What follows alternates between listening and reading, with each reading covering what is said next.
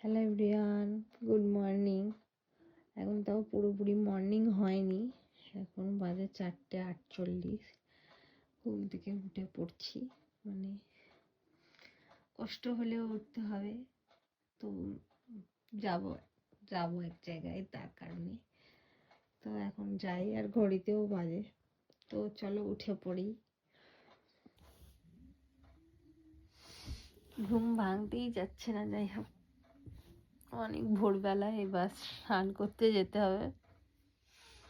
যাই স্নান করে আসি, তারপরে কথা বলছি।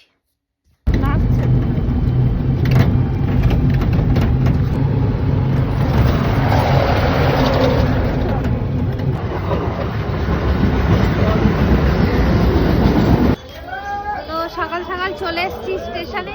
ট্রেন দাঁড়িয়ে আছে, আমাদের ট্রেন চলে যাচ্ছে না। আমাদের ট্রেন এখনো আসেনি, এদিক থেকে আসবে, তারপর যাবো। আর আমার ড্রেসটা দেখ, কোনটা কোথায় গেল? খেলতে খেলতে আমি চলে এলাম। গন্তব্য আমাদের বাড়ি থেকে বেশ অনেকটা দূর, তাই আমরা সবাই সকাল সকাল স্নান করে বেরিয়েছিলাম। আর একটু পরে তো দেখতেই পাবে আমরা কোথায় গিয়েছি। তো আমাদের জার্নিটা তোমাদের সাথে শেয়ার করি, চলো দেখতে থাকো।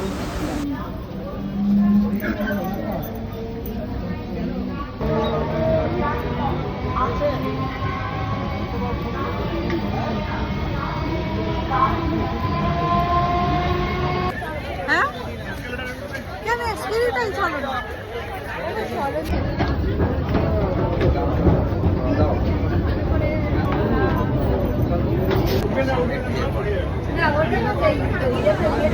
তো ফাইনালি আমরা এখন পৌঁছে গেছি। কিছুটা রাস্তা হাঁটলেই আমরা আমাদের জায়গায় যেখানে আসতে চেয়েছিলাম সেখানে চলে এসেছি। অনেক দিনের ইচ্ছা ছিল। প্রথমেই দেখো এসে আগে ডালা নিয়ে নিয়েছি। তোমরা এতক্ষণে বুঝে গেছো আমরা বড়মার মন্দিরে এসেছি।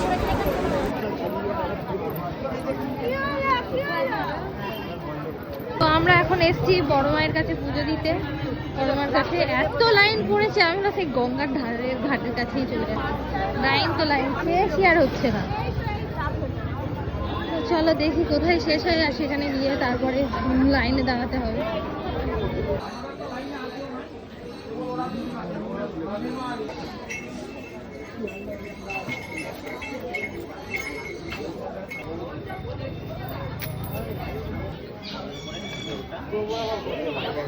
দাঁড়িয়ে আছি, দেখো কত লাইন, 1 ঘন্টা ধরে লাইনে।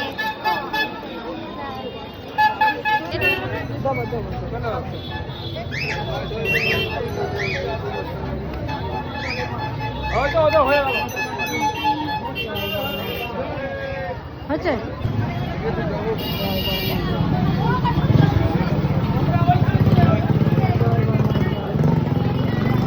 একজন একজন করে দিন, উনি একটা করে দেবে, তারপরে হচ্ছে হচ্ছে।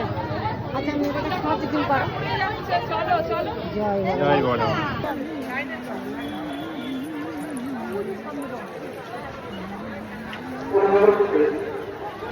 দেখো প্রচুর লাইন হয়েছে। আমরা সেই 1 ঘন্টা ধরে বললামই তো লাইনে আছি দাঁড়িয়ে। মন্দিরের কাছাকাছি চলে এসেছি। আর দেখো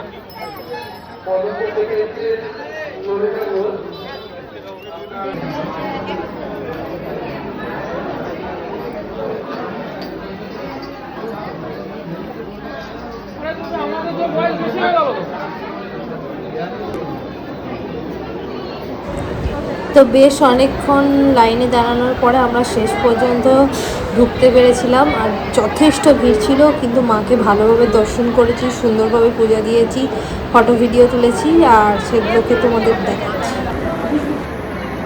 তো এখন আমরা বড় মায়ের মন্দিরে চলে এসেছি। আর ভিড়টা শুধু দেখো।